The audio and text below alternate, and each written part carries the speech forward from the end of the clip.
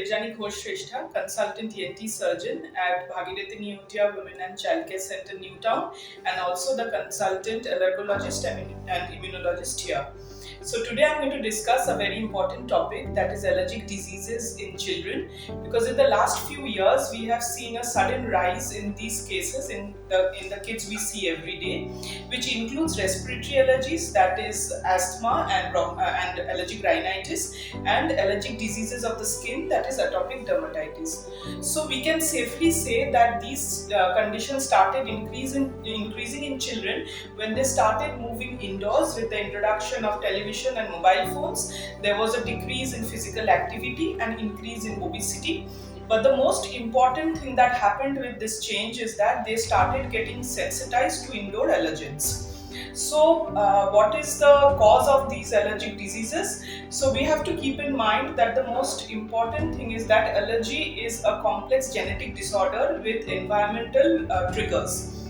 One of the studies have shown that maternal smoking has a very important association, because they sensitize kids when they are in uterus, and in the first few months of life the infants may have wheezing, which is of course a transient condition.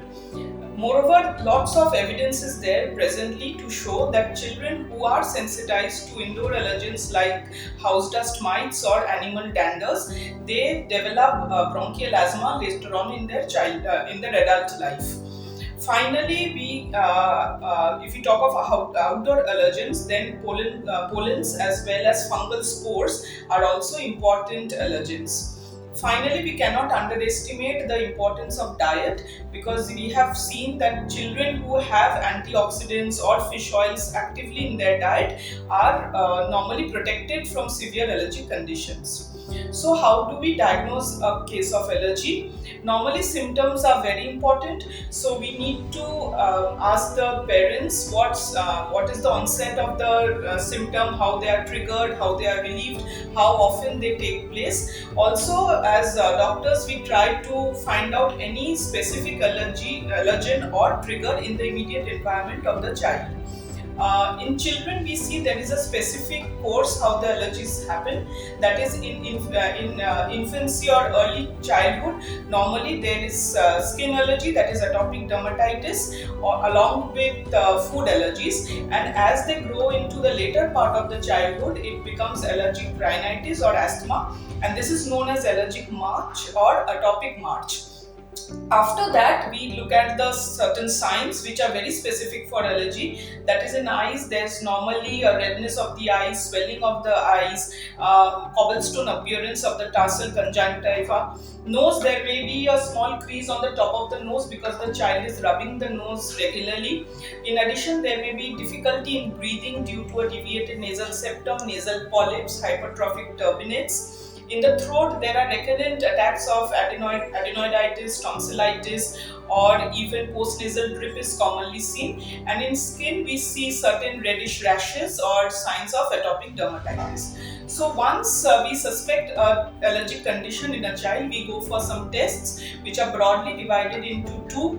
In vitro test, that is, we ascertain the eosinophil level in the blood, sometimes in the nasal secretion or even in the saliva, and we also do a specific IgE estimation.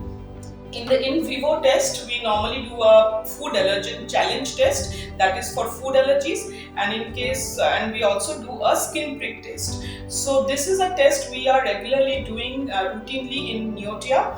It is a very safe and a painless test which the children as small as 4 years go through and very easily. So here we identify a number of allergens at one go, so it is a very cost-effective test as well. Moreover, the parents can see the results immediately in front of their eyes. So, skin prick test is the gold standard test for allergy diagnosis at present. Once that is done, we go through with the treatment, and there are three pillars. The first is avoidance of allergens. So this is very important. The parents are given a list of do's and don'ts based on the allergen which is identified. After that, there is medical management. That is, normally there are nasal sprays and inhalers or even oral medicines which is used during an acute episode or if the child has chronic symptoms. And finally, when kids don't respond to this or the symptoms are very severe and occur almost every 1 or 2 months, the final treatment option is immunotherapy. This is the only cure we have today for any severe allergic disease. So what I provide my kids are is known as sublingual immunotherapy. It is normally a very safe treatment option in the form of drops, so tolerated very easily by kids. It has been seen that sublingual immunotherapy can delay the progression of asthma or even stop in children who already have allergic rhinitis. Moreover, the need for medication comes down, and it has also been seen that when we stop after the stoppage of immunotherapy, the benefit lasts for years after that. So this is an overview of allergic conditions in children. Hope I have been able to shed some light on this. If there is any query, please you know how to and where to contact us, and I'm always there to help you. Thank you.